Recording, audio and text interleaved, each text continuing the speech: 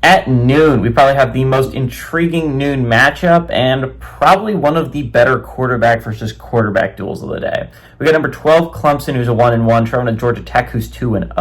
Clemson favored by 3 points on ESPN. Cade Klubnik for the Tigers has gone 37-62, thrown for 426 yards, 2 touchdowns, 2 interceptions. Adam Randall on the ground has had 26 carries for 128 yards and 2 touchdowns. Gave him a lot more carries last week. And Bryant Westco Jr. had 11 catches for 184 yards and 2 touchdowns. Aaron Philo for the Yellow Jackets. Yes, it is not Haynes King. We'll get to that a little bit later. He was gone 21-28, threw for 373 yards last week, 1 touchdown, 1 interception. Jamal Haynes has had 25 carries for 157 yards and 2 touchdowns on the ground, and Bailey Stockton's had 6 catches for 91 yards. Georgia Tech is 50-36 in this matchup. You would think Clemson would lead it, but they're actually down 14 games against the Yellow Jackets. But the last 9 games have gone to Clemson. From 2015 to 2023, Clemson has won every time these two teams have played. Last win and the last win at home, same thing for Georgia Tech, was in 2014 when they were able to pull it off. So let's touch on a couple things. Clemson's game last week was dreadful against Troy, but they were able to survive it. And that was big. You could not afford to drop one to Troy. That was not a good performance by Clemson. It had a lot of people doubting Clemson. I think it's very real to doubt Clemson. They did not look like the best team in the ACC. I don't even know if they look like the 3rd best team in the ACC, but that's where they're currently ranked behind Florida State and Miami. So this is a big game for Clemson. Clemson, if you do not know, ends the year in just awful fashion. After this game, they get kind of a little bit of a respite. They play Syracuse, they play UNC, they play Boston College. And if you were going to ask for a little bit of a nice breath of fresh air, it would be those 3 teams, right?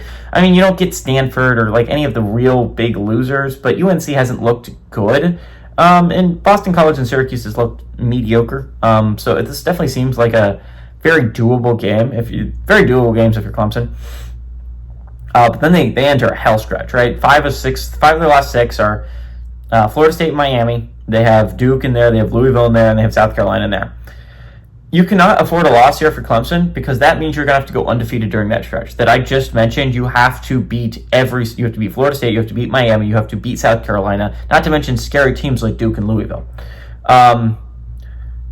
So this is a gotta win for Clemson. You put yourself in an awful situation if you lose this game, if you're the Tigers. Georgia Tech, on the other hand, if they win this game, their path to the playoffs looks very, very likely. I mean, again, Georgia Tech only plays one more ranked team the rest of the year. They were able to avoid the likes of Florida State, Miami, Louisville, SMU. The scary teams of the ACC. Outside of, there's some opportunities for trip up, right? Like traveling to Duke is not going to be an easy feat if you're Georgia Tech. Going to NC State is not going to be an easy feat. But if you're Georgia Tech, if you're able to go solid in your conference play, if you're able to win the games that I think are very winnable if you're Georgia Tech, and if you could upset Clemson or Georgia Tech's going to the college football playoffs. Even if they don't, they would be sitting at a very good 1-loss record in ACC play. That might be enough to get them in the ACC championship game. 10-2 might just be enough to go to the college football playoffs. We don't know at the end of the year. Georgia Tech is a sneaky team. Again, I had them listed as 12 teams I think that are outside the top 25 that can make a college football playoff run. Georgia Tech is one of those teams simply because their schedule works out so that it does. All that being said, Clemson is in desperate position, and when Clemson's backs are against the wall is normally when they play their best football. I think the Tigers know they can't afford to drop this one against Georgia Tech, and I think they're going to be able to win this pretty handily. So give me the Tigers to go on the road and beat Georgia Tech and cover the 3-point spread.